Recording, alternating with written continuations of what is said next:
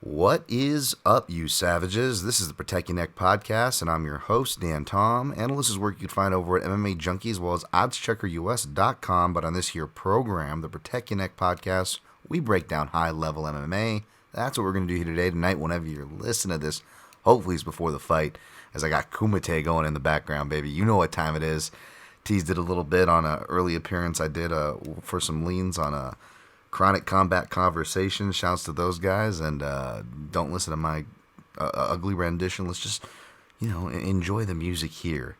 Of course, that's a little foreshadowing to a pick and play for later, but we'll get to that because we're going to be breaking down UFC 272 between some guy named Colby Covington and Jorge Masvidal, but we'll be breaking that down from top to bottom. You can check the timestamps as per usual for when that action starts.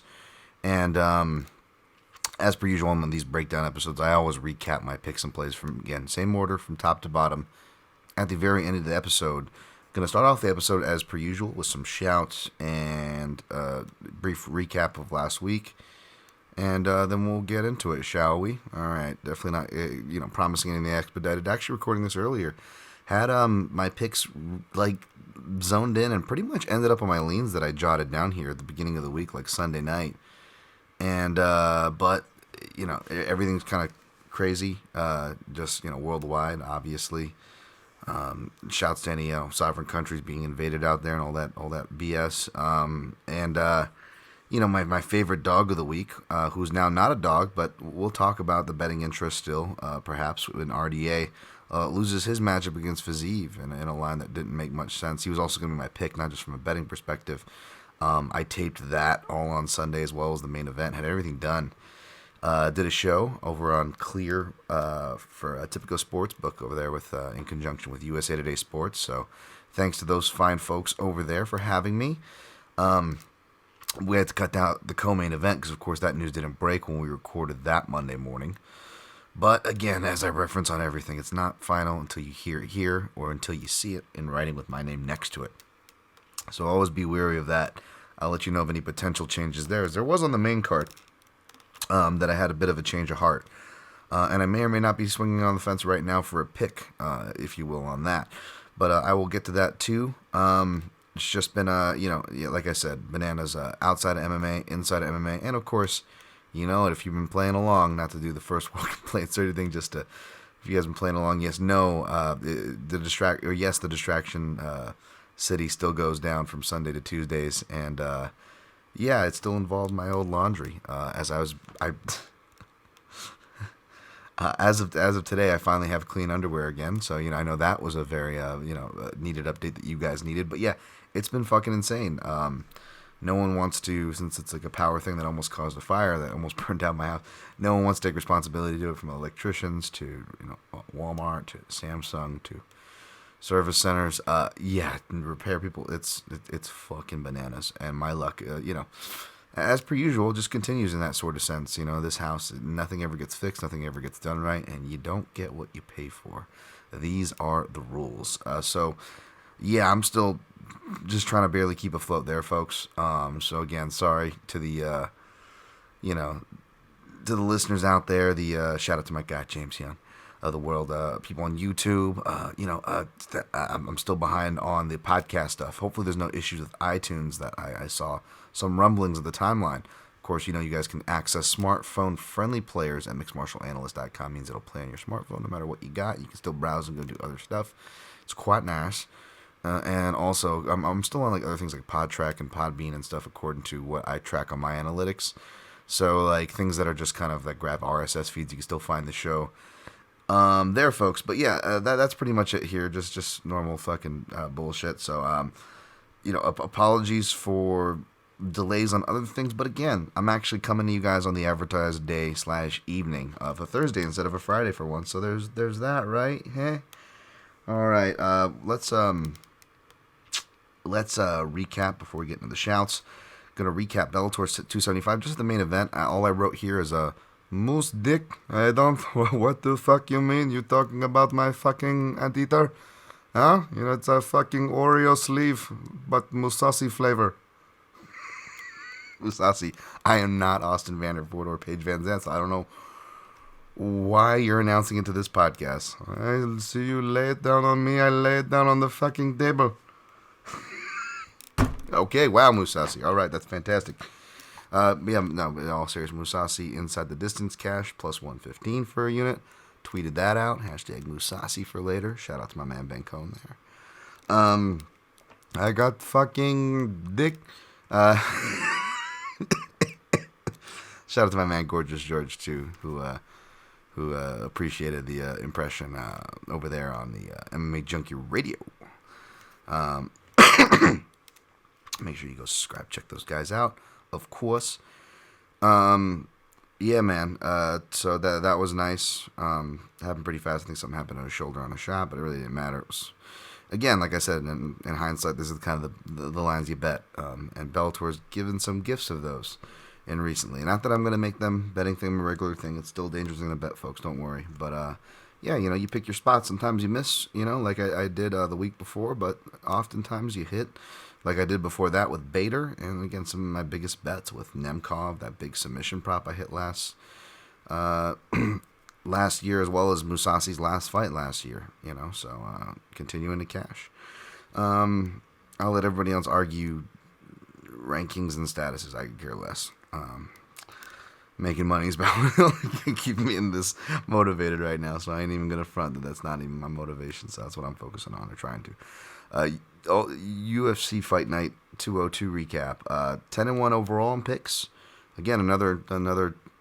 My pick percentage has been going back up where it normally has been when I started, so that's been good. I think that has to do with not having the stressor of the staff picks. Although again, my life has really has really been turning it up on the beginning of my weeks in other ways. But still, I like to think that I'm making some progress there. Silver lining, good things. I put 1-1 in props, but I was counting the fucking Mousasi, the later thick. So maybe, probably guess for this event, I guess 0-1 in prop would be Hobocop inside the distance, which we'll get to that. And we went 0-1 on the round flyer, Nunes round 2. How close was that? But again, if you remember listening last week's, I jinxed myself on the podcast and I called myself out. I'm like, fuck, I just jinxed that bet. And sure enough, again, if the universe is going to wink at me, it always winks at me and goes, your analysis is right, Dan, but we're not going to give it to you. And that was kind of the story of those I missed, which is fine because, again, no complaints incoming on any bounces, by the way. That's just the name of the game, baby.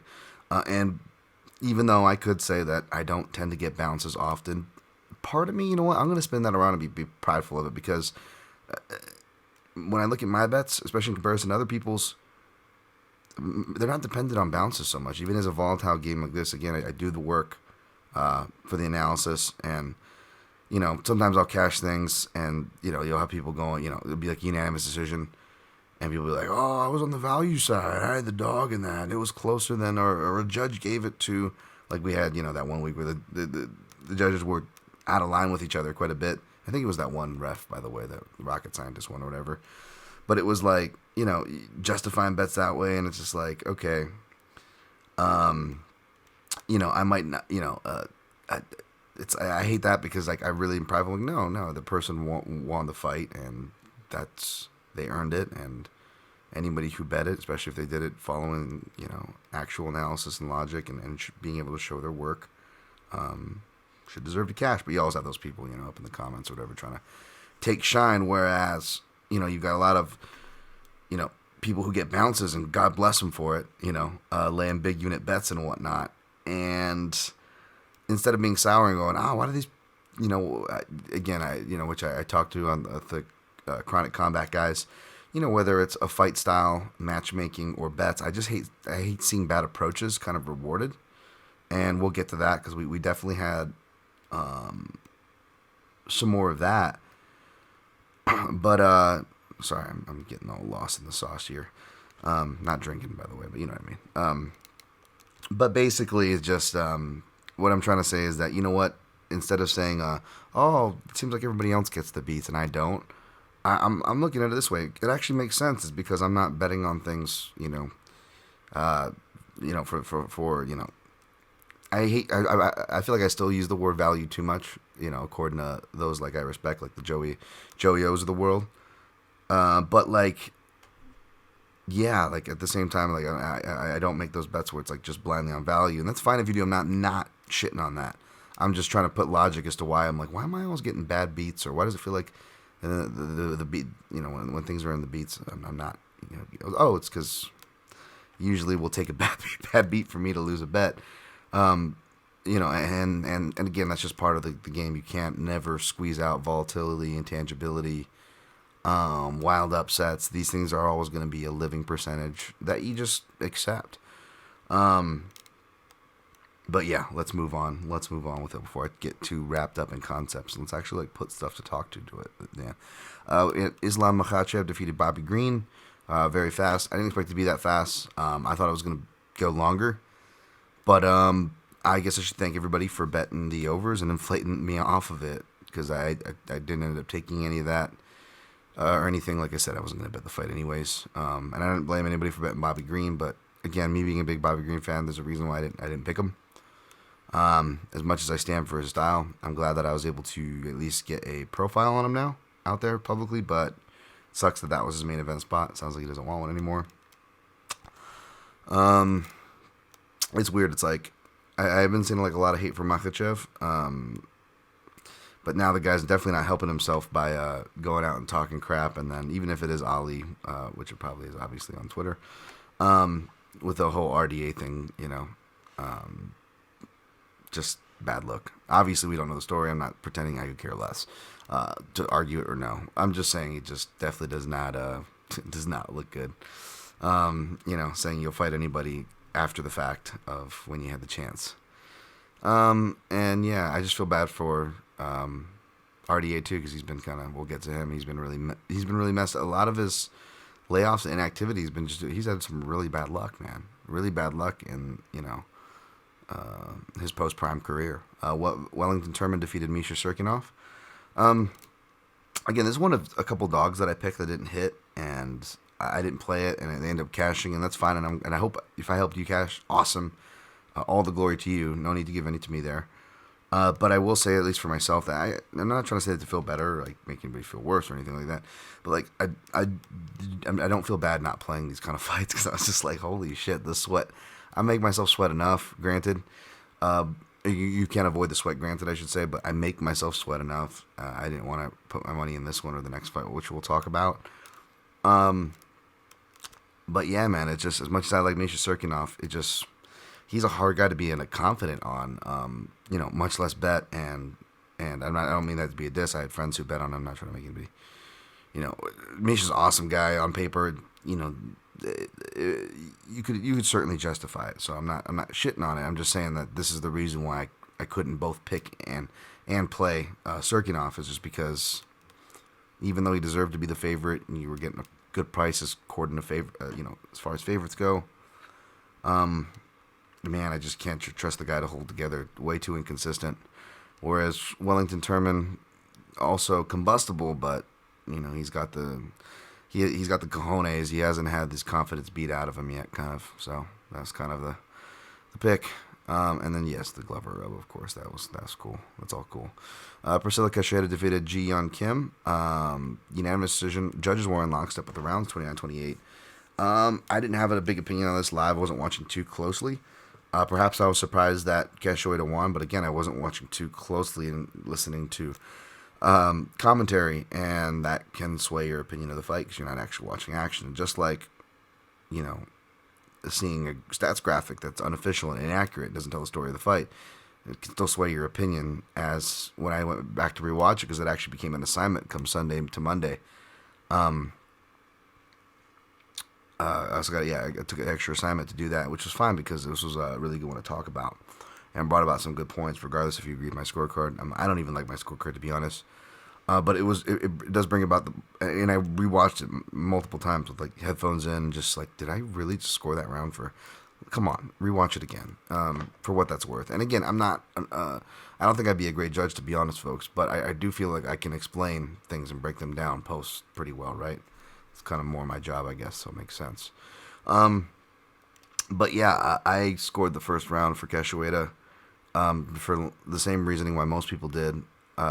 for slightly harder strikes. She didn't throw very many leg kicks. I think she only gets credited with landing 4, but they were really hard ones, and at least 2 of them, I believe, were in this round.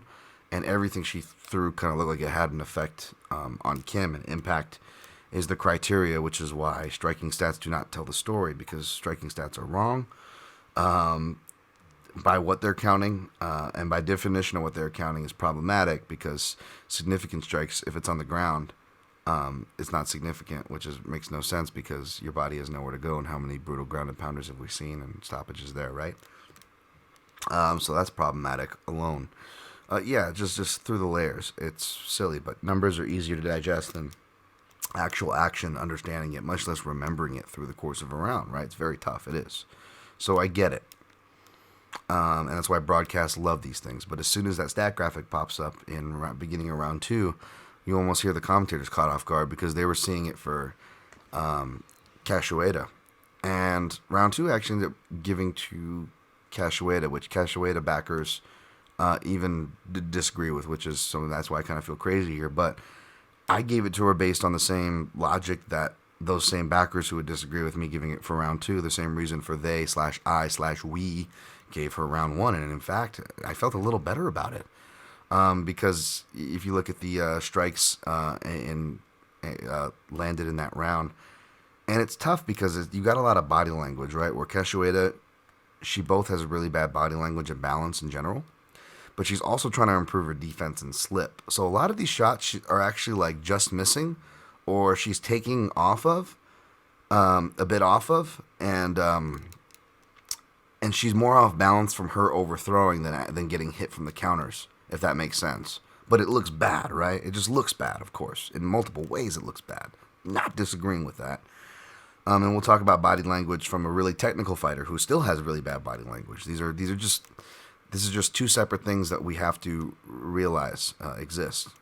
This is a very technical Brazilian with really bad body language, we'll talk about on the main card. Whereas, a lot of people gave Cachoeira round 3, where I didn't, because she made blood, and it looked like she was rocking, not just the blood, but it did look like she was rocking Kim to some people. And when I go back and watch it, and a lot of people did note this, I'm like, the one person getting rocked in that round was Cachoeira, multiple times, 2 at the very least. And again, it's what you, subjective, it's what you interpret, and that's what I interpreted. And whereas with Kim's, it was more her being off balance and tired, and since she's throwing tired, she's throwing more off balance, which she usually doesn't do. She's obviously the more technical fighter. So even though the elbows are landing, and there's impact to the elbows, they're not just grazing elbows. There are impact to the I'm not denying that. I just feel like it wasn't enough to outweigh the impactful punches that cause concussive damage than over the cosmetic damage of elbows. And for longer durations and more exchanges. So, but yeah, I didn't think she was rocked either. So that's why I say cosmetic, because again, when you go back and watch, a lot of the stuff's not even landing clean or not landing at all. But again, you swing hard and it gives that impression. So it's very two-way street, and again, I'm trying to stay consistent. If I'm awarding the harder shots and somebody looking like they got, hit and bothered by strikes for rounds 1 and 2, well, then I got to stay consistent for that for 3 and give that to Kim. Now, when I score this, it's so close. Like, if someone gives Kim round 1 or round 2 where I didn't, I have no issue with that, because it was that close, And if you're a judge cage side, you're seeing stuff different. So maybe the shots that kept sounding impactful upon my multiple times rewatches that the judges don't get, perhaps to their cage side seats, they heard it. They have a better view of me and you. So they didn't feel Cachoeiras were that impactful, so they went to Kim. No problem there, folks. Or, vice versa. They have a better view of her impact, but again, they are only human and they only get one shot, unlike us who can go over it multiple times and argue to the death of things, right? So maybe they miss that 1 or 2 shots. And in rounds these close, missing 1 or 2 shots, looking up and down from your phone, folks, it makes all the difference in the world. If you really want to do your due diligence and understand the criteria, put the headphones on, block all your distractions, sit down and score it in a dark room or whatever, like I pretty much did. Well, whenever I get called to write these things, I really try my best here. And I didn't have betting biased, obviously, on this one either. I was rooting for Kim. I like Kim still more as a fighter. Has nothing to do with that. I just got to be unbiased and judge the action for what it was. And that was my scorecard, and I don't think there's any issue for that. And because of that, I'm not going to cry about the fight that I did bet on not cashing, which we'll get to in 2 fights. Armin Sarukian defeated Yoel Alvarez. I really wish I played this one. I think I got scared off, because of the... Well, not scared off. I got to give myself some slack because I've been trying to budget and be more conservative, especially on a card like this was. And Sarukian, unless I wanted to just lay a hammer, which I probably should have, and just fucking laid down the betting line and just backed up the Brinks truck, whatever analogy you want to use out there, I probably should have done it. Of course, that's hindsight speaking, though, right? So, and a bunch of people, friends, listeners, people I respect, all on Alvarez, live dog, I get it. But really, man, this was just, people were getting all hurt in the feelings, like, you're calling Yoel Alvarez a shies bully. Someone was like, at Twitter, is like, he clearly fights at 155. You should check your facts. I'm like, he missed weight his last 2 times, and almost missed weight, if not for a second attempt, and a magical pair of half-pound underwear on this scale after joking about making weight in the lead-up, despite missing weight twice, and despite being the biggest, one of the bigger welterweights if he goes up a division. Yeah, okay. And I hope that he does that so he can work more on skill, because clearly the guy has to work a lot on weight cutting. And Sarukian continues, shows you why that he was a top dark horse of mine for some years now, folks. If you've been listening to the Protect Your Neck podcast, this is not new to you. Armin Petrosian, it was not the famous kickboxer's brother, as I just felt like I kept hearing repeated over and over. Again, defeated Gregory Rodriguez. Honestly, I and most people scored it for Rodriguez, but again, when you have fights that are this competitively close, whether they're chaotic or conservative, whatever reason, if they're close or competitive on whatever degree or whatever temperature the fight is, it leaves the door open, whether we like it or not, whether we agree with it or not, for rounds to go the other way. That is just them breaks, folks. It's easy because I've been winning, and it was a winning night anyways to not care. But honestly, I'm just trying to be much more nicer to the judges. And something that we all should do before laying bets is understand that we need to be A-okay. You need to be, it's a day one thing here. You need to be okay with losing whatever money you put off or put down. But B, just understanding that those losses are going to be a part of the game. Not getting these beats are going to be part of the game.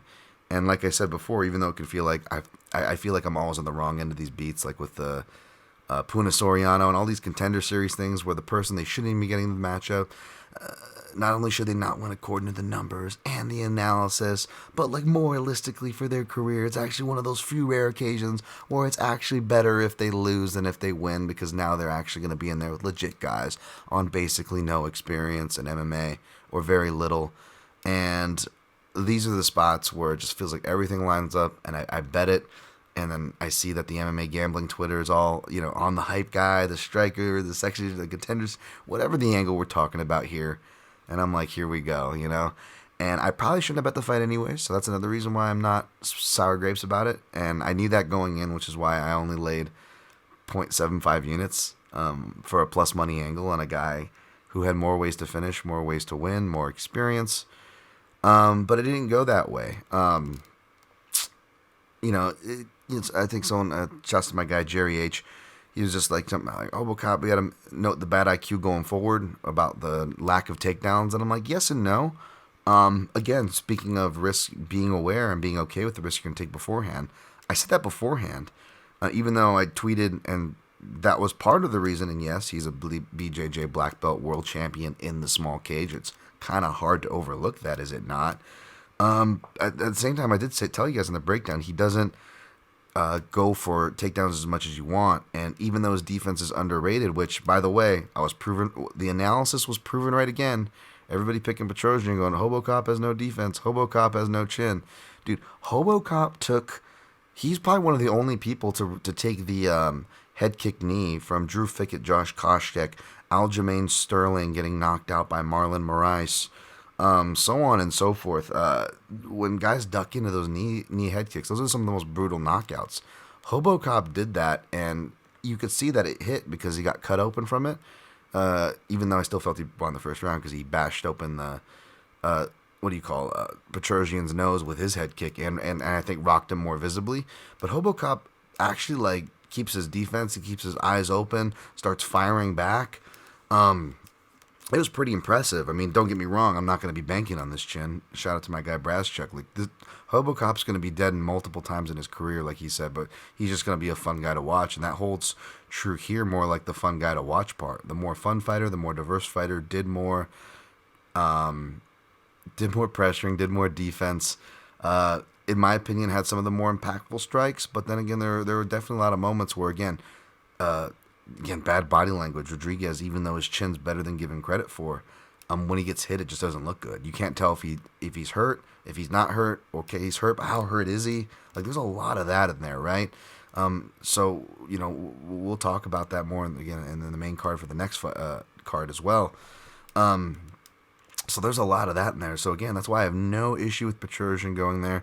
Again, I had friends and listeners of this show, so I'm not trying to trash when I say bad bets, but let's just say, again, this fight, Petrosian could have easily won. You're getting plus money from that angle. I don't disagree, but like I was seeing people laying like multiple units on a fucking Contender Series guy, on a fight with a Contender Series guy, and a guy and a Hobocop. I mean, I can't talk shit because I bet the fight too. But again, I did a reasonable small unit, a reasonable angle, and even though there wasn't a finish, I would argue that my analysis showed true as far as Rodriguez, much better kickboxer, showing to be better each time out. Working with Sanford MMA, underrated defense. Got many messages from a lot of you guys on that. Obviously, the grappling advantage. But here's the thing: it's like you could say he doesn't go for the takedown enough, but like this is the thing with him and why he's going to be just a dangerous guy to bet, but fun as hell to watch. Maybe we'll get dog money now from him. And Petrosian's, he's going to be a fade plant to maybe his own detriment. He's good. He actually has got much more promise than a Nick Maximoff. So I don't want to pick on Petrosian here. He's going to be competitive, but just on paper, he shouldn't have even been in this fucking fight. So to see him rewarded with that, the matchmaking rewarded, him rewarded, and well, not really. I mean, he fought a good fight for what he had. You can't really ask for him. But just seeing the matchmaking rewarded, again, I don't want to say bad bets or anything, but fuck, they were winning bets, right? Fucking, I got the bad bet. Mine didn't cash, but I think any bet on this fight was probably a bad bet if you really look back at it. Yeah, man. So we'll see. I just hate seeing bad approaches rewarded. And like, oh yeah, that's what I was saying with the Rodriguez when he smashed his nose in the third round with that head kick. He could have kept it striking, but then he went for the takedown there. So fight IQ, yes, but I don't know if it's necessarily for not going for the takedown enough. It's just like, he doesn't go for the takedown when you want him to, and he does when you don't necessarily want him to. Someone's got to rewire Hobocop there. I actually wouldn't put it past him to get back to more of his grappling in his next fight, just because of how this shit shook out. So anybody who took a dog shot or whatever, fuck man, good on you. And if you laid multiple units, man, good on you too. If you got away from clear, hopefully you learned your lessons from these ones. Ignacio Bahamundes defeated Zhu Rong. Shout out to Aaron Bronstetter with the round 3 flyer. He had a really good Aaron Bronstetter TSN MMA show. He had a really good for TSN Edge. He had a really good night. So I got to shout my guy Aaron there, man. Bahamundes looks awesome. I'm glad I kept my mind open from these guys, and now we're actually really seeing what the Team Valley Flow can help produce. I know Bahamundes came up through his father as well, so I don't want to take any credit away from there. But again, you got to be able to adjust your opinions, and I am there. So there we go. Josiane Nunes defeated Ramona Pascual. Again, it was going right up as I thought. The size and stuff was going to allow her to get through round 1, and then by round 2, that's where, Nunes was going to have enough power to put her away still, while Pascual was going to start to gas out. But because she missed that, went for the grappling, and then you got, and I don't blame Mark Smith for not stopping this. And I don't blame him for a stand-up in another fight. But like I was telling Zane, who was running the Bloody Elbow account, like, God, this guy just has such a goddamn uncertainty about him in all his calls that just, make it hard for me to kind of like his reffing style. And I don't mean to nitpick, but again, I went through the example with both him and Dan Miragliotta, these guys that kind of have that urgency. They tend to make these really bad off-the-cuff calls, whereas guys that maybe are a little too lax, like Herb Dean maybe or Keith Peterson, these guys are not so coincidentally the slower guys to make stoppages. So again, I'm not saying anything crazy here that I can't fucking back up. Or not trying to pick on these guys either, by the way. Just saying. So you see that, but hey, man, again, you know me. At least I'm, even though it doesn't count for much. Again, the analysis was right, and even though I'm trying to be smart and conservative, dude, this definitely wasn't a night where it was, I didn't lose, so I guess I was rewarded in that sense. But oh boy, I was like, I don't want to complain. I've been doing well, but I was like, that was so close. Terrence McKinney defeated Perez ZM. Good on everybody who got McKinney at plus money. By the time I got to this fight, he wasn't plus money, and I didn't really feel like betting it at that point. But boy, did he make you look smart if he did. Shouts to all the friends out there who were getting those round one cashes. That was really nice. Jonathan Martinez defeated Alejandro Perez. The second leg of the parlay with Nunes comes through by decision. Again, I know I was a little scared off because of Perez's history and Martinez's history. Kind of opposing both with the judges and myself as far as backing them, getting burnt, yada, yada, yada. But this was fairly clear. And again, what happened again with the analysis, I told you, like Perez, he'll get those knockdowns like with Andre Sukumta, where he hits guys when they're on one leg and then everybody makes a bigger deal. Remember I was just talking about that, and what fucking happened, folks? I know, crazy. It's like I can actually analyze these fights instead of just throwing fucking darts at the wall. But hey, it's about making money into those analyzing, and we did here in defense. I didn't lay Jonathan Martinez by decision because I didn't want to be exposed, but I did put him in a prop parlay. That again, if you would have parlayed the props, I don't think it almost could have done really well if Nunes round 2 hit, because then you would have had Martinez decision, Nunes round 2, Musasi inside the distance, and then Hobocop inside the distance would have been the one missing prop. So, it wouldn't have been too bad on a round robin type scenario there. Ramiz Brahimai did his thing, got over Michael Gilmore. That was the one way he was going to win. Gets it done. Congrats if you laid that there. Carlos Hernandez defeated Victor Altamirano. Didn't watch his fight. So I guess I'll count myself lucky to get that pick right. All right, sorry, a bit of a lengthy recap there at 34:06, 34:08. But again, it's a lot of judges stuff, angles to talk about. Being on the right side, being on the wrong side, and how, regardless of, I was on both. Even though the right side I was on, I didn't bet on. But you can't be mad, man. These are just, that's what you leave the door open to, unfortunately, if they're competitive fights, conservative or chaotic. All right. UFC, or before that, let's go real quick. Shouts to Robert G, by the way. A long time supporter of the Protecting Podcast. Hitting that PayPal donation link. Much more kind than he needs to be. As well as my guy, Jerry H. as well. Appreciate you. A couple others in there as well. Sometimes it's you can do anonymous, so I don't want to read everybody's information anyways, but I do want to read enough to acknowledge you guys, if that makes sense. But thank you for those of you else who hit that PayPal donation link. That's in my link tree at DanTomMMA. At DanTomMMA on Twitter, the only social place I'm really active on. And of course, that same link, that same secure PayPal link, it's found on my website that hosts this here podcast, mixmartialanalyst.com. Again, to the right, next to the Amazon click-throughs, which I really got to get rid of.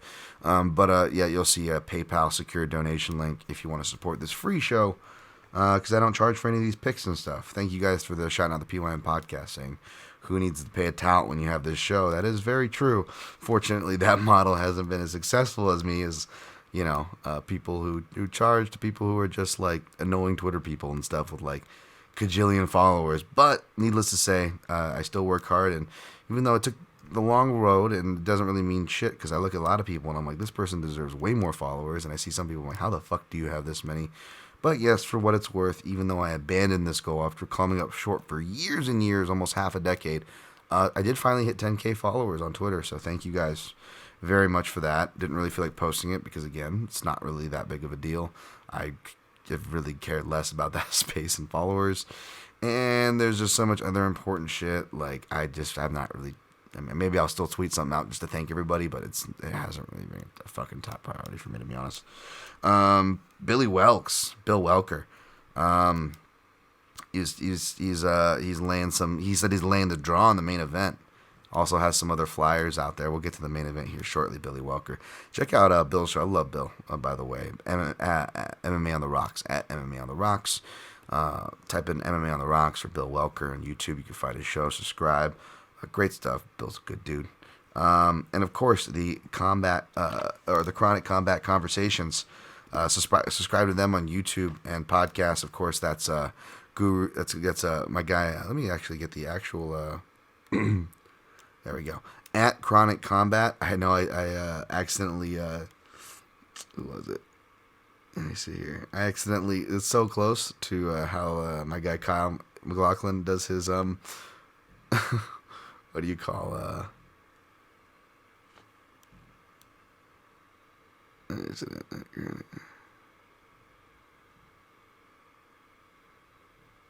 what the heck? Come back around. No, I think I did. No, I think I did do the right thing. I don't even know. Was fucking half awake when I was doing this. I woke up this morning. Like, oh yeah, I gotta get this out. I thought I mixed up my things for whatever reason, but maybe I didn't. It's I always get confused with the handle. But yeah, thanks to Chronic Combat Conversations at Chronic Combat, and of course that's with at TB Scouting MMA, Tyler and my guy Greg at Guru Scouting MMA. Give them a follow. I know I always talk trash about MMA betting and this and that. There's honestly great people in the space, man. I meet so many friends through this space and whatnot, and these dudes are just good, genuine dudes. They just give out their picks there for free. They track all their stuff and do all that fun stuff. They're not they're not up in their asses about it. They have a good time. And whenever I tune in, on fight day, occasionally I'll tune in to see what these guys are up to, and I always get a good chuckle. And they do their work too, man. So give them a shout. But I always get their handle, podcast handle, confused with Combat CHR. That's Combat Chronicles, and of course that's my guy Kyle. Support him on Patreon.com/Combat Chronicles. He puts excellent content out there, not betting wise, but you want to talk about MMA history, combat sports in general, combat sports history, and just maybe some intelligent takes, some good movie takes, and all that good stuff too for the film lovers out there. You give my guy where'd it go? At Combat CHR Kyle a follow as well. Support his podcast. It's free as well. You don't have to go to the Patreon, but I think you'll want to support it after you listen to his podcast, which is for free. So I wanted to give that shout. Okay, now that we're done with shouts, we'll go into 39-35 UFC 272 breakdown. We got, I'll pull up the odds here. Headline, of course, grudge match, welterweight, Colby Covington minus 335, Jorge Masvidal plus 260. Yeah. Basically, I don't think this line should be that wide. I think the opener was more appropriate. My in-depth breakdown is up on MMAJunkie.com. There's a little Perfect Strangers Easter egg in there. Shouts to my guy, Kamikaze Abby Subban. I'm going to have to retweet that and share that later in case anybody missed that. I just don't think it should be that wide. I think it's going to be a competitive decision throughout. even though Colby's not throwing as much volume, is a little more diverse in his shot selections, a little more measured, a little more feints. I feel like he doesn't roll under his crosses as much. But when he does now, it's because he's going with this where he steps through with his cross and rolls under and shifts into a power 2 from the orthodox. He's been doing a lot of that. He's been doing a lot of different things to kind of angle off to the outside in an open stance matchup, which I imagine he'll continue doing here. Another reason why Jorge Masvidal's left hook is going to be important. And footwork, which I like Masvidal's left hook, but some of the footwork not so much in the sense of the fact that he's just his traditional thing. It's going to serve him poorly here is where he's not the hardest to put up against the fence, and he'll often find himself hanging out there in fights. And that's just bad. That's exactly where Covington needs you to be. So yeah, maybe we'll see some changed up shot selections. These guys know each other well. That intangible of former friends and training partners always F's with me. Sometimes you get the Burns-Usman where it goes fast, but more often times it's tense, it's conservative. Whether it's a Rampage, Rashad grudge match, or a Hashad. And I also say Hashad in my breakdown on purposely. Slide that in there if anyone caught that. Or Hashad and Jones, former teammates, right? So that's why I expect this thing to go long. But at the same time, if there was a knockout, obviously it'll be on the Masvidal side. Masvidal his chin would have to seriously drop off after one fight for someone like Covington to come in and stop him. And even if Covington can get control time, I don't know if it's going to be the kind of control time where it's going to be on the ground / have him flat on his back / have him on the ground flat on his back long enough for him to get off concussive knockout shots. Masvidal just scrambles too much. And I just think his Cuban genes are too good for that. This guy's went 5 rounds on short notice, not once with Usman folks, but also twice with Benson Henderson. Masvidal 7-2 against UFC level southpaws, and those 2 losses are split decisions. The aforementioned Benson Henderson and Damian Maia, fights you could argue he won, but again, the difference in those was grappling pressure. 2 things both those fighters, to different degrees, obviously, weren't afraid to apply. Which will obviously be in Covington's favor here for the southpaw dynamic, as far as taking the southpaw dynamic out of it, right? Grappling. So yeah, the official pick is Covington by decision, but like my man Billy Welks, anybody laying like a draw for a fight that's going to be close, maybe the point gets taken away, or if it's going to be close, and again, you got to judge feeling extra contrarian like me lately, apparently. Like, me being like a lot of the people who read the criteria where we're just really nitpicking the damage thing. Maybe it's one of those, Covington's not allowed to get a lot of offense. Masvidal just has to, rock him in 1 or 2 rounds, even if he doesn't get the finish, and then just have one close round that can justify as his, and he's right there. Or he rocks him in 1, and, it's a borderline 10-8, and, Covington survives, right? Round 4 or whatever, Covington's getting his second win. Masvidal is right there, lively. Similar like to our RDA was live, taking rounds from Covington late, round 4 and whatnot.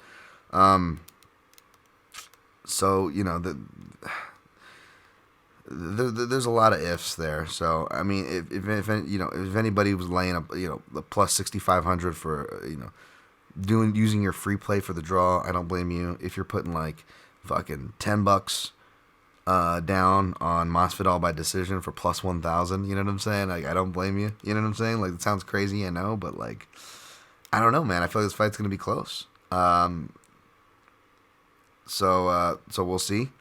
But picks Covington by decision. I stayed away. Good luck if you're playing it. Next fight. Dos Anjos, minus 180-ish now, plus 155 and out to Moicano.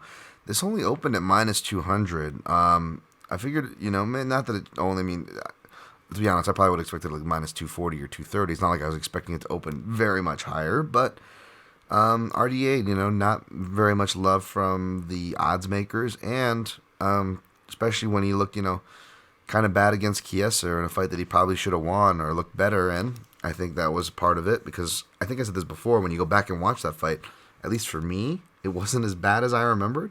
And there's actually like an argument for scoring it for RDA, that fight.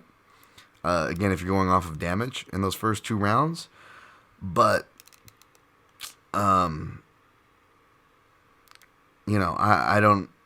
Yeah, but again, a fighter, kind of like with Covington, big wrestler guy, kind of laying on him. It just looks bad, and he did a better job of it than Covington did actually. Chiesa, natural welterweight was kind of just gaming the system down at lightweight. So even though you can say it was a former lightweight, he got out wrestled by. It's a little different, and you get the stylistic factor. Just a huge freaking guy, You never know. Everyone's allowed their, you fight as long and as much as Dos Anjos. Like, yeah, you can be very consistent, but you're not always going to consistently show up. There's going to be performances, whether it's injury or whatnot, and you show up and don't look, yourself and whatnot. And even though it was Felder on short notice he was fighting, if you look at Rafael Dos Anjos, the shape he is in, the speed, the cardio, the amount of grappling that was still ultimately done, and Felder's no small guy. I liked what I saw as far as just how he was moving. Again, I know it was short notice opponent. I'm not talking about that. I'm talking about how Dos Anjos looked and how he was moving. And I still really liked that. And I was going to take him against Fiziev, man. Because Fiziev, again, unless he knocks him out, and Dos Anjos, like, TKO injury, jaw injury against Clay Guida, over a decade ago, uppercut from hell. Jeremy Stevens, like that would have knocked anybody out. And then, of course, he, almost dies in a weight cut and then gets knocked out by Eddie Alvarez, fight that I picked and cashed on for long-time followers. That was a really good weekend. And yeah, that was one of my big bets. Alvarez was a huge dog. But yeah, he's not one to get stopped. He's never been submitted. I know he got submitted by Cerrone in that like grappling chair thing, but those are just they're starting from certain positions. I didn't even go back to watch it because it's like you got to understand these people are just, especially like someone like Dos Anjos is having fights canceled on them. Like a lot of people are just showing up for a paycheck or whatever, just to kind of grapple, get paid, or this or that. Like people were talking about Bobby Green's one. I'm like, and don't get me wrong, like he ended up getting subbed anyways. So again, it would have made bad information look good, but people were like, oh, he got subbed by this guy at grappling tournament, so Makhachev's going to sub him. I'm like, no, if Makhachev's going to sub him, it's because Makhachev's really good. Like Bobby took that fucking grappling match like the way he took this fight, and it was the same result. Hindsight there, but yeah, like a lot of these fighters are just taking these things, and then you have these grappling matches where it's like they do things where like they can't decide a winner. They're starting you on like arm lock positions, or they're starting you on the back, and you're already tired, and maybe you're in great shape because you just came in just to fuck around. You're not taking this thing very seriously. But Dos Anjos isn't a guy to really, like Chiesa was the first guy I can remember finally getting on his back, and even then, as big as Chiesa was, and as bad as Dos Anjos looked at times, and tired as he looked at times in that fight, he was. He wasn't getting. Even Dariush got subbed by Chiesa. You know what I'm saying? Like on his bad day, Dos Anjos just got beaten on the scorecards on his bad day. And again, you could argue that he won. And if that fight would have kept going, Dos Anjos, might have fought his way back into it, because if you look at it, a lot of his fights, like that Covington fight, which is an argument, obviously that like I know people are adamant, like, Covington won, like, yeah, I scored it for him at the time, too, and didn't see, like, a problem, but when you actually go back and look at it, when you keep the actual criteria and damage in mind, it's like, well, I know Dos Anjos has bad body language, and his body language gives away that he didn't win round 2, but, like, there's more than arguments, I believe, off the top of my head, I think, for round 1, 2, and 4. If you just ignore that whatever ear cauliflower bump or whatever, you're actually looking like what's landed, not listening to the commentary. That's mainly just talking about Covington, right? And yeah, like not even just in that fight, Leon Edwards fight, I believe. Other fights, even where he's lost, like he actually can come back from beatings and put up fights, win or lose, So he doesn't really have a gas tank thing. Whereas Moicano, like I was telling the Chronic Combat Conversation guys, he cash for me really great, and yeah, I'm high on Moicano for that. But at the same time, you got to wipe the slate clean. Everything's a fresh matchup, folks. It's a matchup dependent game, and Moicano looked really heavy before his last fight, and it almost worried me. But he said he did it on purpose to kind of like bulking season, like he was Mac from It's Always Sunny or something. And he did put in the work at American Top Team and looked in good shape for his fight. And he was talking in interviews before on how he made that a real effort because he used to be worried about his cardio and worried about gassing out, which I did not know. You would not think that from his style, but apparently, he really had to manage energy, and that's another reason why he wasn't grappling and stuff and wrestling. And now that he's up at lightweight and actually has gone to the decisions and got more experience, he's actually more confident now, in his ability to push longer. But that being said, having that, he admitted himself he has a fear in the back of his mind and going long, and he's more comfortable now after all this time, division changes, success, whatnot. But now he's stepping into another 5-round fight, only his second 5-round fight ever. Even his jungle fight title fights were only scheduled for 3 rounds. I'm not sure if that's a normal thing for jungle fights, but if you go look up on Tapology, he was only scheduled for 5 minutes. So he's never been in a 4th round before. And now he's going to do it for the first time on 5 days notice, even less notice than Bobby Green had. And he's flying back and forth, so he's probably eating good. It looks like he was eating good before. If I'm looking at body comparisons, he doesn't look out of shape or anything, but it looks like even though he just fought, he still was able to do some damage, Maybe he was on his way back to being thick Moicano. You're retaining a lot of water on your flight there, much less the flight all the way back to Brazil. Again, I picked Aldo to beat him because, and as well as Chan Sung Jung, both of them I picked to knock him out, which they did, because their game was predicated on countering a jab. And because Moicano uses his jab so much.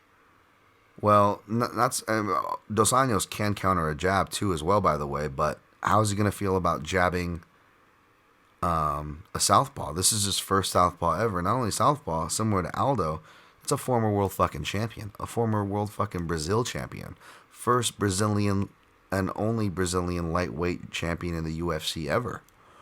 And even though, again, I picked Aldo for the technical reasons and the experience and the stylistic matchup, another part of the reason, even though it wasn't a huge one, and I don't base picks off this, was because, shout out to my guy Dan Levy there. He used to use this phrase a lot when we did a show. He would go signing autographs, right? This guy gonna ask for autographs in there. And I like that saying because, it's very true. I think Moicano has matured since then, but he definitely had a little bit of that with Aldo. And I know Dos Anjos maybe not revered as much as Aldo, obviously, but still a respectable guy, right? They're into the same things and stuff, so maybe there's a little bit of that there. It's his first southpaw, first 5-round fight. You didn't even negotiate out of a 5-round fight. All you negotiated was 5 pounds up. It's shit. I think that helps Dos Anjos more than anything. That helps Moicano, first of all, for the weight. And second of all, the rounds don't help him at all. Also, stylistically, the reason why I picked guys like Fiziev as well to beat Moicano was because Fiziev, Dos Anjos' original opponent, works the legs and body. And that's what you got to do to Moicano. Even though he can hit the legs pretty well when he decides to, like we saw in the Keita fight, his leg defense isn't that great, or body defense. Anyone who's gone and kicked Moicano's legs or punched him to the body is hit at a high percentage, and that's Dos Anjos' game. And Dos Anjos is either going to be really confident and surprise him with his grappling and take him down, which I think he can do and beat him up, or he's going to say, you know what, I don't want to give a front headlock scramble to the back or anything to this guy, so I'm just going to break him down on the feet and let him get tired trying to wrestle me, because even though I wasn't preparing for a wrestler, he spent the last over a year, 3 training camps, over a year, training for Islam Makhachev. And Dos Anjos, by the way, he did this camp, obviously the last couple weeks because the fight got delayed. He's already been in the States, but he did his entire camp where he's moving back to, which is Rio de Janeiro, Brazil. And if you saw Dede, Andre Pederneiras, in his corner, it's because he's now a Nova and Yao guy. So he's on whatever they're on. He's training, he's in a room full of high level. He's in a jiu-jitsu camp full of high level jiu-jitsu wrestlers that specialize in takedown defense, and stymieing jiu-jitsu attacks. Like, you couldn't pick a better camp, and better style to put yourself around. And he already has the underrated wrestling and grappling chops. So he's not getting knocked out. I mean, it's got to have to be a really bad cut, which gets taken out of the equation a bit less now that it's at 160 again. At my point, helping Dos Anjos more than Moicano. And yeah, you're not going to take, even if you hurt or bloody Dos Anjos, like, it doesn't bother him. So I laid it on Dos Anjos, late last night, early this morning at minus 165 in one house, 1.65 U, and minus 170 in another, 1.70 U for unit returns. And I'm going to look at the inside the distance line when it comes out, but more importantly, I'm going to look at rounds 3, 4, and 5. I'm going to sprinkle on all 3 of those rounds, probably over than playing inside the distance. That way, that'll probably bring it to close to, not too far over 2 unit exposure, which is a number to note, because that's a lot, but I also have about the same on another gentleman. Next fight, Bryce Mitchell minus 170, Edson Barbosa plus 150. All right, so this is a tough one. I skipped tape of this one until before this podcast because I was like, I'm just going to go with Mitchell. And it's kind of like what I was talking about with the chronic combat conversations, guys. It's that, like, we talk about these biases, and like sometimes you hit you wrong on a guy, so you're gonna, overcorrect the steering wheel away from him. As far as betting him, or you bet against the guy and he proved you wrong, so now you're gonna overcorrect the steering wheel toward him, right? And you have both of these factors. I don't know about you guys or what your betting history or feeling is. I don't expect or tell you to have mine, by the way. I'm just laying out all my thoughts and analysis for your guys' reference, for hopefully you guys to do something to make some money with it on your own. But yeah, fucking hell, man. I've bet against Bryce Mitchell. I didn't think, I thought Andre Fili should have beat him. And he didn't, obviously. Edson Barbosa, obviously I was big on him against Giga, and he should have beat him, and I think that was probably proven right, but that was just a really bad fight by Barbosa. And now I'm on the fence here because I went back and rewatched it, and now I'm like still wanting to pick Barbosa, but not necessarily play him because it's like more of a show me thing. It's like we've seen him, this is still the matchup for him, but he is in the big cage, which is huge. And Bryce Mitchell, even though he's set to make improvements and whatnot, how much improvements can he make? How physical can he be compared to the lightweights, that were guys who could barely make lightweight, like Kevin Lee and Khabib, and that were the best of what they did and were better at all those aspects. Maybe not creative submissions, but every other aspect of grappling. I'll give Kevin Lee and minus gas tank for Kevin Lee, of course. But I'd give Kevin Lee and Khabib over Bryce Mitchell, obviously. And Bryce Mitchell, guy who was small for the weight, was walking around at 147, coming off tough for getting RNC'd by Brad Katona in round 3. Maybe he just hasn't met a fighter that's physical and that can do these things to him. Fili's got underrated wrestling, but it was always underrated offensive wrestling. Defensively, you could still say it was underrated, but ultimately it was costing him, whether you agree with certain decisions that he lost or not, right? So that is really tricky from that standpoint. But yeah, I don't know how big or physical Bryce Mitchell can be to compete with those guys. Edson Barbosa, brown belt in Brazilian Jiu-Jitsu. You don't see him really putting in the gi. You don't see him working with a bunch of high-level wrestlers or anything, but he is an American top team, and he's always been able to do these things. He's got good butterfly insteps. He'll go to feet on the hips and push guys off. That's been an escape that's been able to give multiple Bryce Mitchell opponents out of him. Simple stuff like that. Barbosa does these same things. His takedown defense isn't bad. It's pretty good. I think it hovers around the 80 percentile mark. It's a little lower than that now, I think.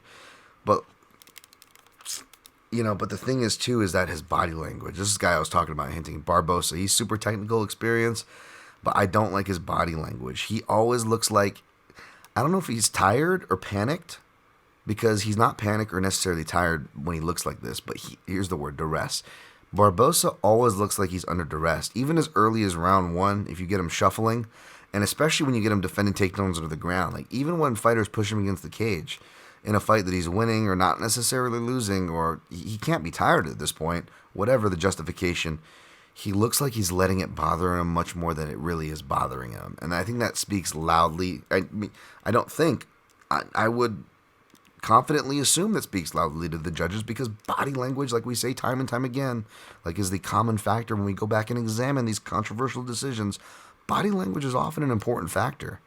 And Barbosa always has that kind of looks tired, and he is surprisingly somewhat hittable, especially just when people want to wing to the face on him, when they don't respect him and just say, I'm going to come in on you. And they can hit him.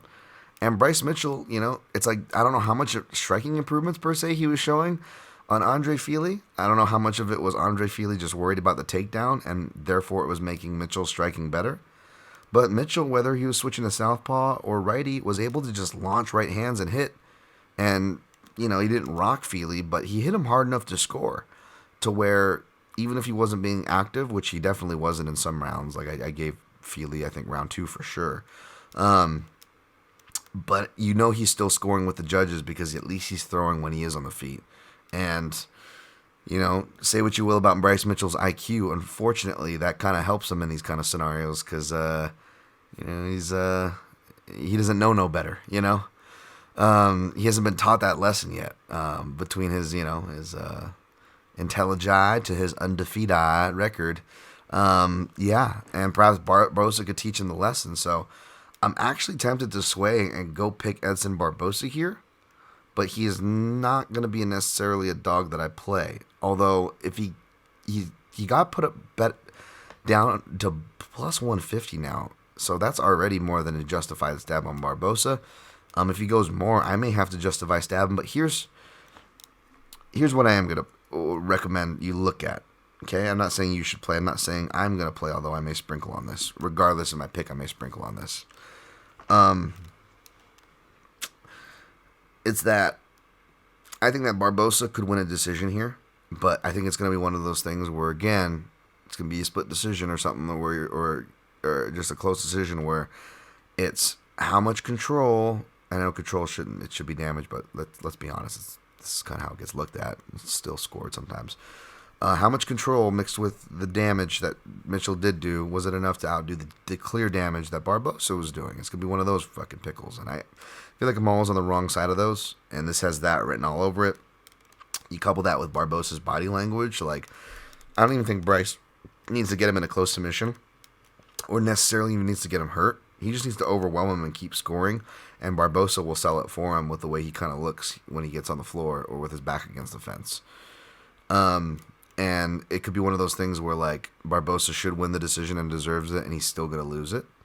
So, even though this fight could easily go to decision, and Barbosa could, by all rights, can and should win a decision, I feel like it's ultimately going to be knockout or bust for Barbosa because of the factors I just said.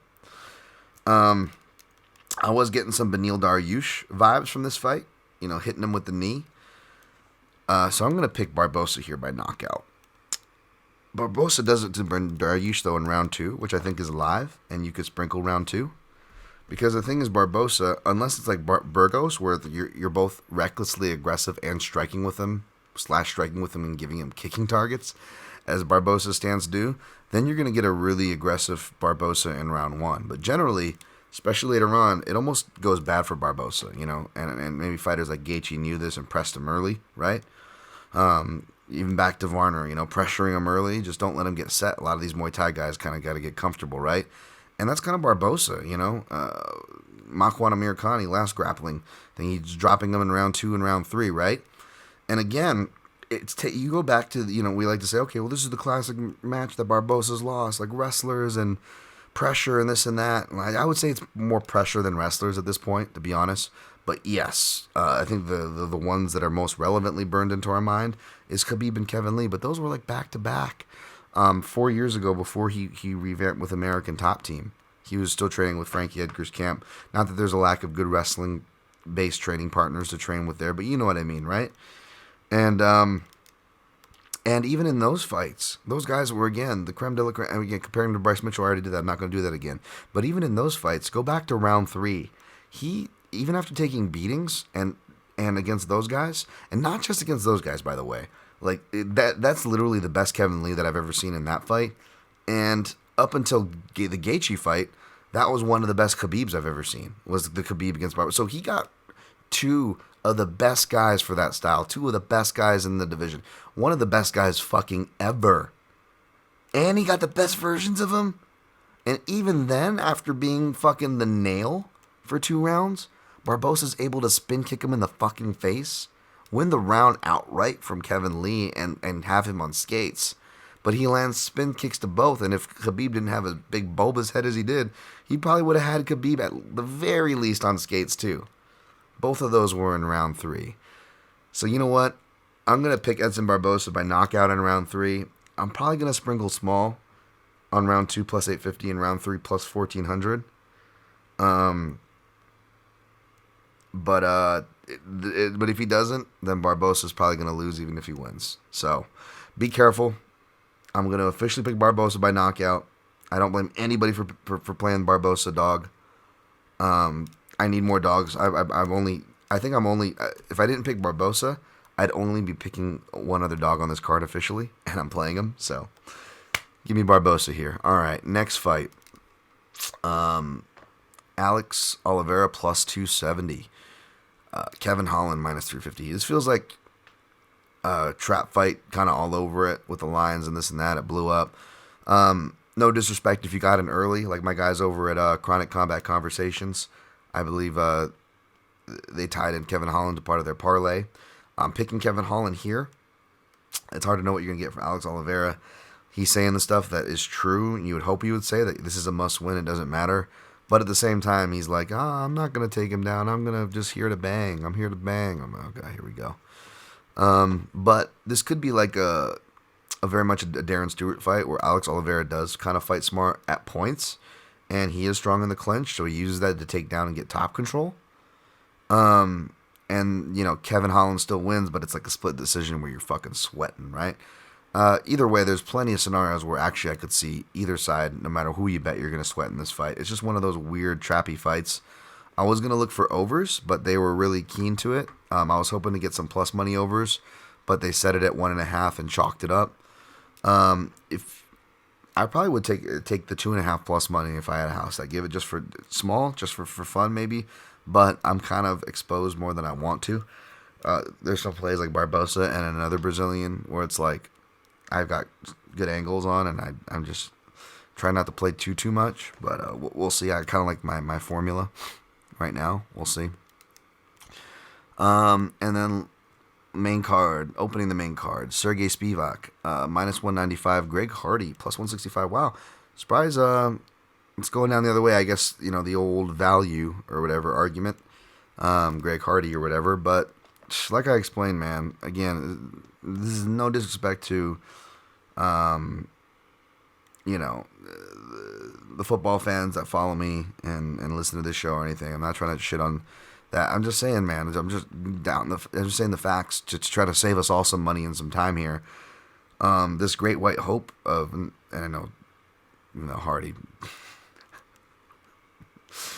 part of me thinks he might identify more that way, but even though he's not white, obviously, he's, you know, as far as like this hope of like, all we need is a football player to come into the heavyweight division. Like, motherfuckers, we've been saying this for over a decade, and Brendan Schaub has still done the best. Okay, let's give it up. Let's give it up, okay?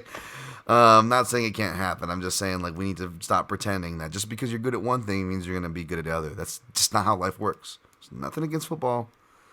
It's not even anything against fucking Hardy, even though there's plenty we can fucking go against that POS. But anyways, unself-aware POS. But you know what I mean. It's just like, this has nothing to do with the football or anything like that. So all my followers and friends out there, don't get mad because I'm going against Hardy again here. But I told you guys, once he got to actual competition, I'm just going to fade the shit out of this guy. And that's all I've been doing. And it's been paying off really well. Spivak's been doing martial arts since he was a child, since 7 years old. He's Sambo, amateur MMA, and it shows, because he can do it all. He can do the hip tosses. He can do clinch takedowns. He can do level-changing doubles in the open, which is going to be real important. He's actually really good at catching kicks and countering, which is going to be really good considering the best kicks he's countering are leg kicks, and that's what Greg Hardy tends to look for, especially to buy him time and keep him safe because he's afraid to gas. So between Hardy being afraid to gas and perhaps his one-punch knockout power, though he still has it, and he could still ice Spivak here with one punch, folks. Don't get me wrong. I am willing to know that. And even if that happens, that's fine. I'm still up against betting this guy. And I still got money in other places in this card that I'm confident in. So fuck it. I'm laying against fucking Hardy. And I put Spivak in a parlay. That's for one unit. And the other unit is going to be divvied up between... one house I put just a whole unit on inside the distance plus 120. Because I don't get really sexy props in it. But like in my Bet Online house, I put 0.33 units on Spivak by sub plus 300 because I think he's going to scarf hold Greg Hardy in round two. And then I also put Spivak sub round 2 at plus 1,000 for 17 units, so $17 there. I added those in the houses where applicable for fun. I didn't hedge, but if you wanted to hedge, I think Hardy round 1 knockout in the neighborhood of plus 500. You don't have to lay a lot to maybe potentially make back what you risk betting against him. I don't think I'll be doing that at all. So I'm just going to ride or die here with Spivak, who, coming into his own, been training at Extreme Couture, has had extra time to train for this. Remember, he took the Aspinall fight on very short notice. They had to give him a sweet deal to take the fight on a week's notice or some shit. And it's Tom Aspinall, who's fucking legit prospect. And a legit bad matchup. And his other fight, Walt Harris. I know Walt Harris is, not a great fighter from his record, but he is one of those athletes who is actually, a fighter. Maybe not a great one, but he's shown to be more of a fighter than Hardy, shown way more skills than Hardy, way more experience than Hardy, especially even at that time. And again, that was another short notice UFC debut. So this guy's only lost on his short notice fights, Spivak, in the UFC. And now he's at extra notice because Greg Hardy broke a finger. And Greg Hardy already had to spend, he already was coming off of injuries and rehab all last year and then broke a finger. And he came into fight week at 295 again, heavy. So all his focus is on cutting weight again. So again, he can look good, but the fact that he actually looked good and could counter and looked really technical against Tabor in round 1, and then he goes to his chair and he looks defeated. I'm like, that's mentally weak shit right there, man. Dude, you can't even keep your confidence when you're winning the fight. Oh, a striking fight? What happens when it's a competitive fight or competitive grappling fight? Well, we've seen what happens. He shuts down. So maybe just one and done takedown, honestly, for Spivak here. So it's too hard not to take him. Laid it big on Spivak. Jalen Turner, Mr. Turner, minus 155. Jamie Malaki, Ted Danson's bastard son, plus 135. This is tough. I really like Jalen Turner, man. Southpaw, skateboarder, the weird dude, which I appreciate. Nice dude. Trains at the Rufka gym. What's not to like about this guy? I get why he's favored here. It shouldn't be by a lot. Let's see, what did it open as? Yeah, and I think the market agrees. Only a little bit of money has come in on him, which is fine. He's definitely the more sexier offering, right? He's the longer guy. He's got finishes and more well-rounded finishes as far as a knockout to submission ratio, right? More ways to get it done. The brown belt and BJJ. But Malarkey's got some, decent grappling too. He came up with doing pancration and MMA, so more MMA-centric training, which is why he's so well-rounded. But the dude, like I said, he's, don't judge a book by its cover. This guy can scrap. He's deceptively big too, so he's not going to be out, Turner's going to be the tallest guy he faced, but he's not going to be super short. I think it's only a 2 or 3 inch reach disadvantage and a 2 or 3 inch height disadvantage because Malarkey's 6 foot himself with a 74-inch reach. And Malarkey, I like it too. He stays on the outside, will shift and feint to get on the inside. It's only gotten better. He works with Ross Pearson, so his inside boxing is money. But now his approach in general and wrestling and everything else has just been really getting much more better. Working with, I think it's Joe Lopez, Alexander Volkanovski's head coach, and Alexander Volkanovski as well in freestyle MMA. He's been part of their training camps for the last 2 years. Even trained with City Kickboxing after he lost to Brad Riddell. I mean, these are his losses: Brad Liddell, and then Alex Volkanovski on the regional scene. And he got knocked out in that fight and knocked out by like a dude who fights at 135 after. But again, I've explained this before. Malarkey's huge. You shouldn't have been cutting down until 145. He was killing his body to do it, and it makes you less durable, and he paid the price for it. He landed the perfect shot, Volkanovski did, and it's Alex Volkanovski, right? That makes sense. Then he goes in, tries to get it back against another guy that he should beat for his other title that he had. And it's like literally like so much stuff like had to fluke from it. Like, he's literally like beating this guy down, who the guy only has a chance to win by knockout and only early. And it's like it's like the first half of the second round. And I don't know what it is, what happens to Malarkey, but he gets like caught in this really weird freakish spot where his arm gets caught behind his back, and then he starts actually taking it, like it allows for the guy to get like the perfect shots, and he takes the opportunity to take the perfect shots, and they still don't even put Malarkey out, and he swims out of it. But in order to swim out of it, he had to expose himself more. Then he got hit with an actual good shot, and then the ref stops it, and it was just one of those like the commentators couldn't believe it. Like, it was the most flukiest shit ever. And Malarkey smartly was like, I'm done with this, going up to 155. And aside from Brad Riddell in a close decision loss, you could have argued for him. I'm not crying over spilled milk or the result that he lost to Ziam, but again, it's a really tightly contested fight. He's really good. He's got some skill, and he showed that against Worthy. Cash there. Took him against Devontae Smith. Cash for us last time out. That was really nice. And maybe it's a little bit of that bias riding into it here, but I'm picking him as the only other underdog on this card, and I'm playing him. I played 1.3 units, which is a lot for a dog play for me, but again, there's method behind that. He was the only dog that I picked up until that point, and he's the only dog I'm playing up until this point, and perhaps for good of the card. And if I get that comeback on there, if this hits, it covers my RDA straight play. You know what I'm saying? Or if RDA hits and this hit, or if this hits, then it potentially covers a decent chunk of my Sergey Spivak exposure, right? So that's kind of how I make these plays in mine and divvy out the units in mine. So between that, trying to be strategic on how much you weigh your plays, how much you want to expose, as well as other things like giving yourself a chance to round robin and or parlay props together. That's another reason why it probably is doesn't hurt to do bet toward the end of the week. When you have all your analysis together, all the fights are falling out. And again, I know there's just so many of those, I want to be first and I beat the line. Like, dude, all that matters is cashing the bet at the end of the day. You get trapped trying to be first to market with your takes, much less with your bets. You will get yourself into trouble. You will give yourself unneeded anxiety and stress. And there's already too much of that in this game and in life in general. So why would we want more? So yeah, I that's just a recommendation for those of y'all out there. Don't let the FOMO get the best out of you, because in fact, it could be better if you kind of wait things out. We'll see. Again, this could be a real nip tuck one. Turner, he doesn't cut as much weight as I thought. His chin seems to hold up maybe better than I thought. But there are certain things there. I think that as long as Malarkey doesn't get iced with a knee, that's going to be something to look out for.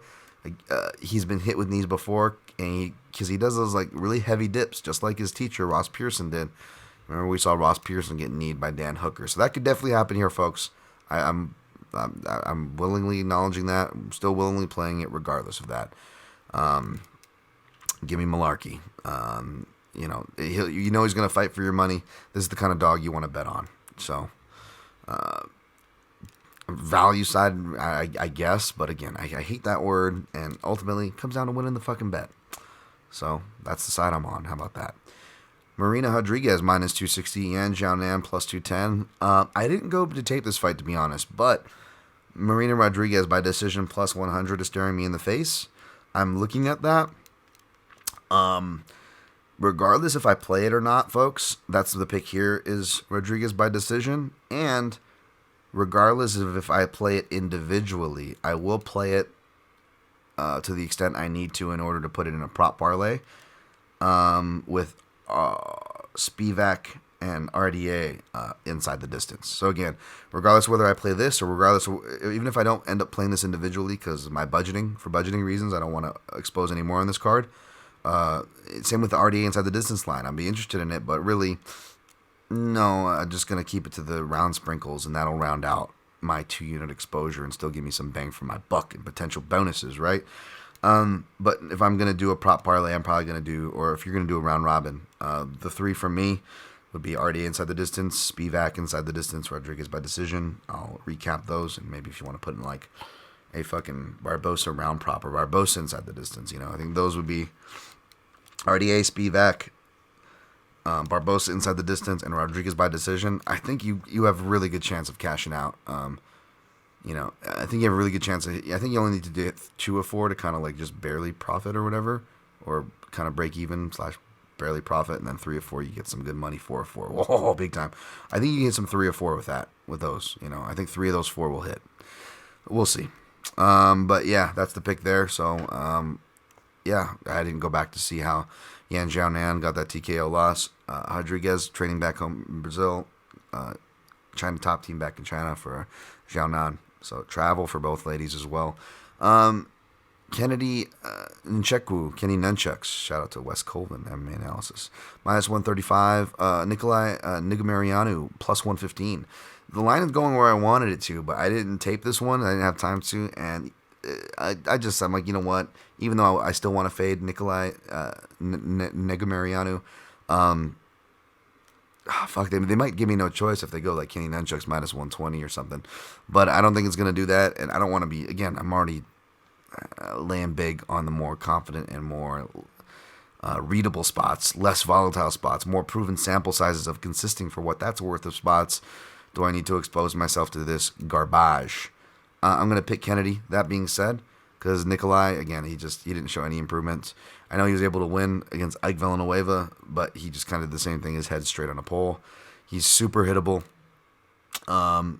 He may have a better chin than Kennedy, which makes this very interesting, but I still think Kennedy's the better fighter, so he's going to be my pick. But if Nikolai wins, that'll be good, because between the Eastern European name and then, he'll probably get like some inflated bullshit line. Marina Moroz plus 160. Wow, okay. Maria Agapova minus 190. For whatever reason, I was thinking Moroz was the favorite.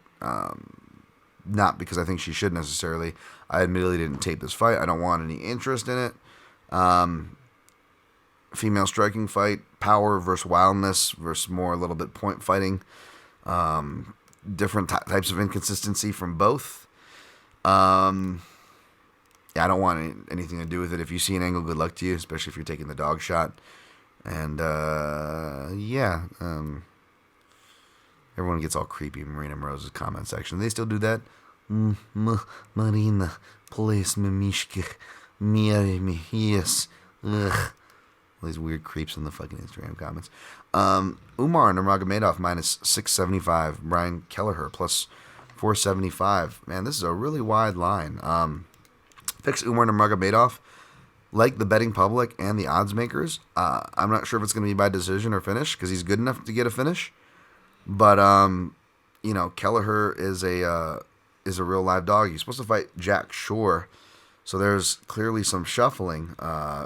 He's fighting 2 weeks earlier against Kelleher, whereas Kelleher's jumping in. I don't know, maybe that's part of the reason, but again, that's kind of a wash in this day and age, right? As far as preparation goes.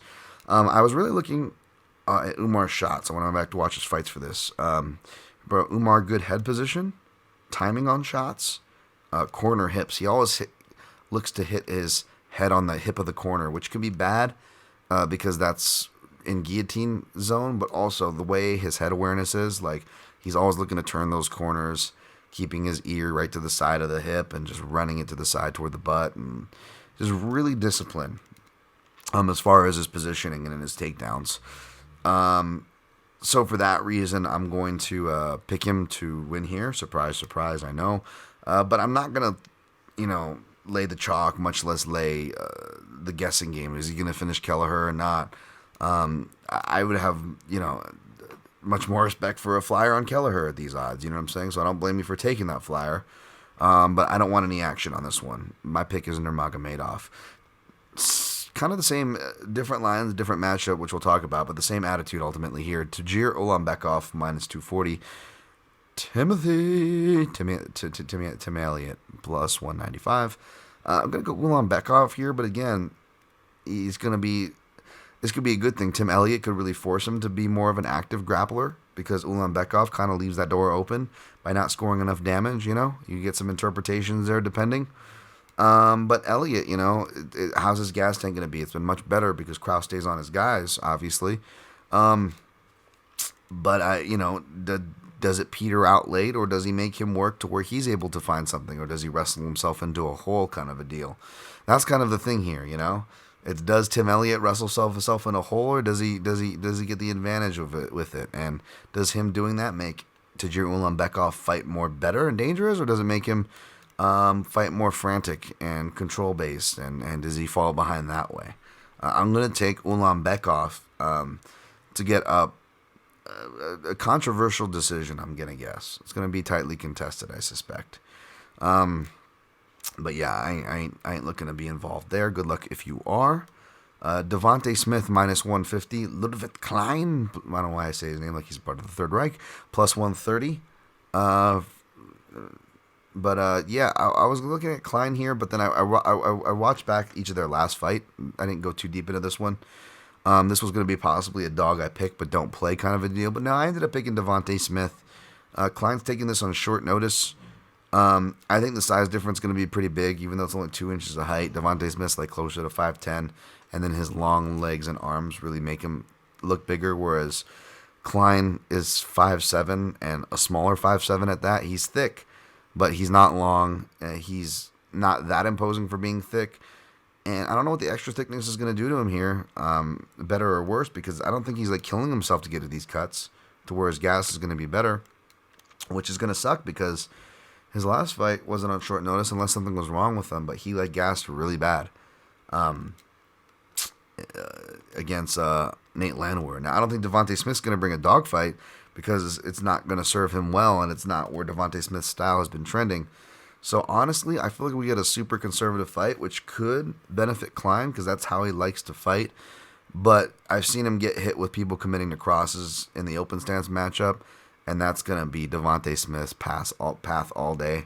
We haven't really seen Smith against southpaws. I think even Erosa fought him more orthodox in that fight. So that'll be a big question. But Klein wasn't at Sanford. He's having to travel from overseas for this last minute. I'll take Smith, but I stayed away.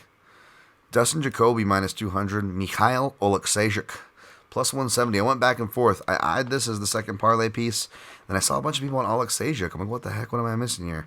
And then I'm getting into the tape study, and I'm like, you know what? Maybe this could... I'm still going to pick Jacoby, but maybe this could be a closer fight than I'd like to be involved with. But then the more I watched, and I'm like, wow, Jacoby actually... I know it's John Allen, but when he goes southpaw on him, Jacoby actually did his best work when the guy was southpaw.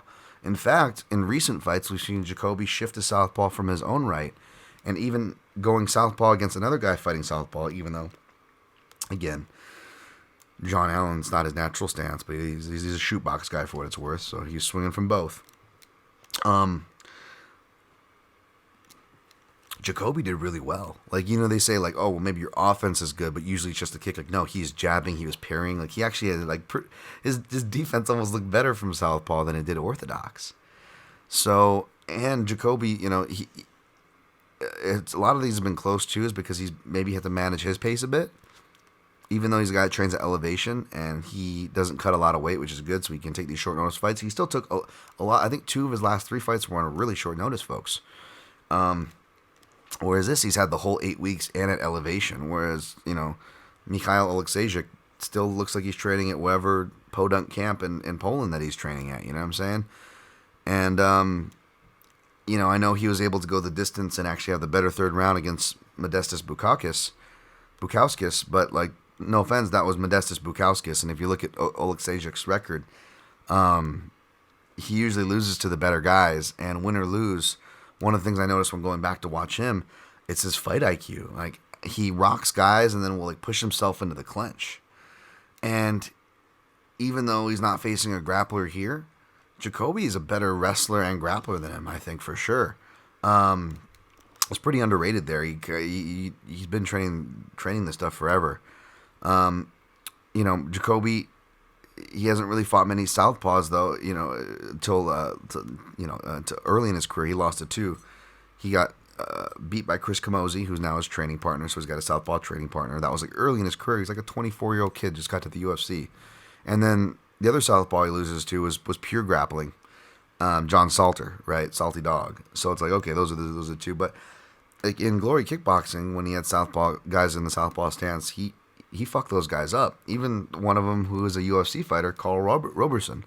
So can't really count on the southpaw stats because it wasn't MMA, but it was a UFC level southpaw, and he fucked Roberson up. It wasn't until the very end Roberson was able to get him with a body shot and a headshot that looked similar to the ways that Oleksiejczuk throws his.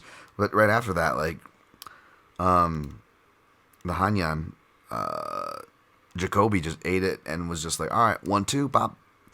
And the body thing was something else I was looking at too. When even in kickboxing, I didn't see him too badly bothered by body shots. And in general, again, this is really anecdotal, and it's not saying that it can't happen. And I hope I'm not jinxing myself here, but like when we see high-level kickboxers and better strikers lose in MMA, it can definitely happen, right? Like, that could happen here, for sure. I'm not saying that it can't. But usually it's by knockout, right? How often do we see kickboxers, I know the levels can vary, but how often do we see those kickboxers come in and just get outright outstruck? And much less outright outstruck to the body or legs. No barking, it's fine, babies. How many times have you seen a high-level kickboxer go to MMA and just get their legs torn up and not have an answer for it, or get their body torn up and not have an answer for it? You know what I'm saying? Like, I don't think that's a coincidence, folks, that the people that train striking arts clean up the basic holes and glaring holes that most MMA fighters have. So I got to imagine he's got some answers for that, which I suspect he's going to turn southpaw, right? Kind of like against Giga. It's kicks, it's punches instead of kicks, but to close that southpaw side down, and especially if they're going for your liver, turn to a southpaw, close the stance up. You close off that liver, a lot of it, right? It really makes it a hard angle to hit at. So I expect a lot of that from Jacoby. And in looking at it, and guys that are aggressive and looking at Oleksiejczuk's defense, I know he's only been stopped once technically. He's been hurt his fair share of times, though, in his fights. He's not unhurtable, and he's not the biggest middleweight. And I think this could be a case kind of like with a Darren Stewart thing where you come at Jacoby strong, you come at him hot, and he'll answer back. He'll take his time to get in the flow, like I just said with a lot of kickboxers, even though he's more kickboxer than Muay Thai, which is more stereotypical with Muay Thai, the slow start. But if you do come at him, he's got answers, he's got counters. So that also makes it dangerous to bet Jacoby decision or inside the distance, because I could see him winning both here. I'm actually going to go with Jacoby inside the distance. I think he's going to TKO Mikhail Oleksiejczuk. I ended up getting re-swayed and back on it. So I added Jacoby to Spivak. I got him at minus 195, whereas Spivak minus 200. I think they kind of flipped those numbers. You can still get the same number roughly, which is plus 126 for a mere 2-leg. I put 1 unit on that. All right, how do we do? Jesus, 134. All right, let's get out of here. All right, that's it. Let's recap some picks and plays here. Let's see. Oh, well, yeah, I had some notes there, but those aren't really relevant because Fizzy's not on there. All right, we are taking Covington over Masvidal, taking Dos Anjos Kumite over Moicano, taking Barbosa over Mitchell. Surprisingly, changed my pick there. Taking Holland over Oliveira, taking Spivak over Hardy, taking Malarkey over Mr. Turner, taking Rodriguez over Xiaonan, taking Nchukwu over Negamarianu, taking... Am I taking Agapova over Moros? Maybe I am taking another dog here, actually. I'm going to take Moros. I'm not playing her, but I'm taking Moros. I'm going to take Moros over Agapova. I didn't tape it. It's a stay away for what it's worth. I'm taking Moros over Agapova by decision. Taking Umar Nurmagomedov to beat Kelleher by decision. Taking Tajir Olenbekov over Elliott by decision. Devontae Smith over Ludovic Klein. Maybe second round finish. Taking Dustin Jacoby, finish Mikhail Oleksiejczuk in the first half of the fight. Though as far as picks go, official picks. All right, here's the plays. Parlay, Spivak, minus 200. Jacoby, minus 195 or plus 126 at one unit. Took RDA straight at minus 165 at one house, minus 170 the other, 0.165 units. Or 0.7 unit in the other one, 1.7 unit to get the unit return for the other house. Malarkey plus 130, 1.3 units. Can hopefully cover that RDA in case he doesn't come through, or cover the speed back. We'll see. Props. I didn't play anything yet. I may not, but either way, I'll use it as a parlay, which you can use for your parlay fodder, round robin fodder for props, which is Rodriguez by decision, plus 100. No units laid down yet, but that's something I'm looking for, / will use for a prop parlay. RDA inside the distance, something to look out for. Not saying I'll play it, maybe only for the bonus prop parlay, but I am going to be looking for RDA rounds 3, round 4, round 5, and I'll probably be doing my usual 0.17 U sprinkles on those. I already put a whole unit on Spivak inside the distance at plus 120. In one house, I put 0.33 units for Spivak's submission, plus 300 since I'm calling for the scarf hold sub. And Spivak sub round 2 plus 1,000, 0.17 units. Didn't lay it yet, but I'm probably going to put my usual poly small 0.17 unit sprinkles on Barbosa round 2, which is currently at plus 850. May go more if this line keeps going. And round 3 plus 1,400 is what I'm going to look to sprinkle. I have not yet. All right, folks, thanks a lot. MixedMartialAnalyst.com for the PayPal donation links if you're feeling generous. We'd like to support this here free program. That PayPal link to donate to the show, support the show, also on my link tree in my Twitter at DanTom MMA on Twitter. Again, thank you guys for getting me to 10K, even though that stuff really doesn't mean as much these days. It is appreciated nonetheless. Thank you guys so much. Good luck on your picks and plays tonight. If any of y'all are in town, hope to catch some of y'all in town this weekend. Good luck with your picks and plays. And always, protect your neck.